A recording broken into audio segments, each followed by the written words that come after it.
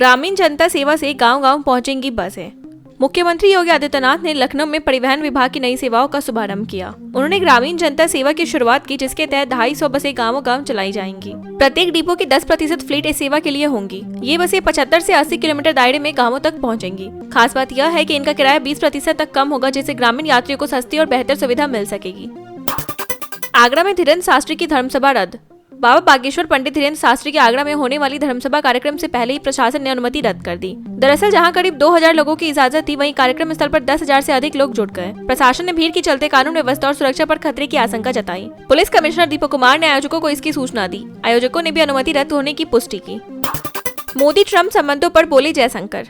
विदेश मंत्री एस जयशंकर ने कहा कि प्रधानमंत्री नरेंद्र मोदी अमेरिका के साथ संबंधों को बेहद महत्व देते हैं। उनका यह बयान ऐसे समय आया है जब दोनों देशों के बीच व्यापार और टैरिफ को लेकर तनाव गहराया हुआ है। अमेरिका ने भारत पर 50% टैक्स लगाया है, जिसमें रूस से तेल खरीदने पर अतिरिक्त शुल्क शामिल है। इसी बीच राष्ट्रपति ट्रंप ने भी मोदी के साथ अपनी दोस्ती की तारीफ की और रिश्तों को अहम बताया। कांग्रेस ने ट्रंप को दिया करारा जवाब।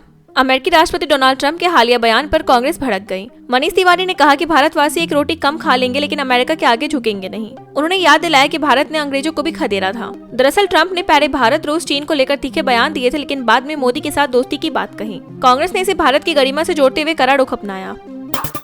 भारत अमेरिका टैरिफ विवाद में नरमी के संकेत।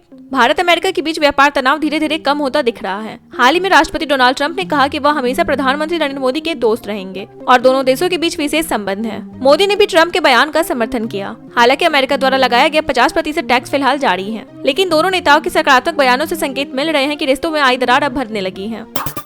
ट्रंप के करीबी मंत्री ने भारत को दी धमकी।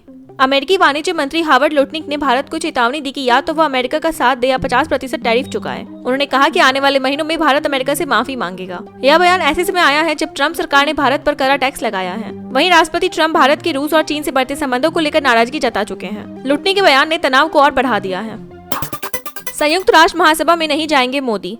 भारत अमेरिका के बीच टैरिफ विवाद के बीच प्रधानमंत्री नरेंद्र मोदी ने संयुक्त राष्ट्र महासभा के 80 सत्र में शामिल न होने का फैसला किया। उनकी जगह विदेश मंत्री एस जयशंकर भारत का प्रतिनिधित्व करेंगे। पहले मोदी के नाम पर 26 सितंबर का स्लॉट तय था, लेकिन मौजूदा हालात देखते हुए बदलाव हुआ। पहले भी ऐसे मौके आए हैं जब अंतिम समय पर विदेश मंत्री ने प्रधानमंत्री की जगह भाषण दिया है। तेजस MK-1A से और घातक होगी वायुसेना।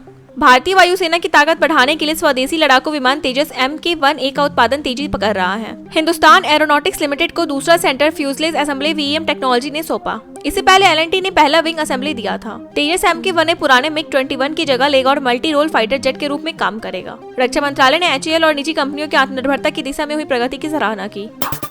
श्रीनगर की हजरत बल मस्जिद में बवाल।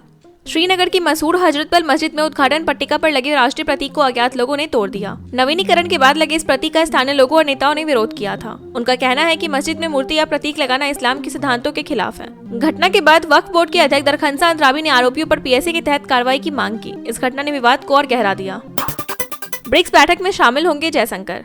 अमेरिका की नाराजगी और भारी टैरिफ के बावजूद भारत ने रूस से तेल खरीद जारी रखने का फैसला किया है। वित्त मंत्री निर्मला सीतारमण ने कहा कि ऊर्जा जरूरतों के अनुसार भारत तेल आयात करेगा। वहीं विदेश मंत्री एस जयशंकर ब्रिक्स की वर्चुअल बैठक में हिस्सा लेंगे। ट्रंप ने भारत के रूस से सस्ते तेल खरीदने पर नाराजगी जताई थी, लेकिन भारत ने स्पष्ट किया कि वह स्वतंत्र विदेश नीति से पीछे नहीं हटेगा।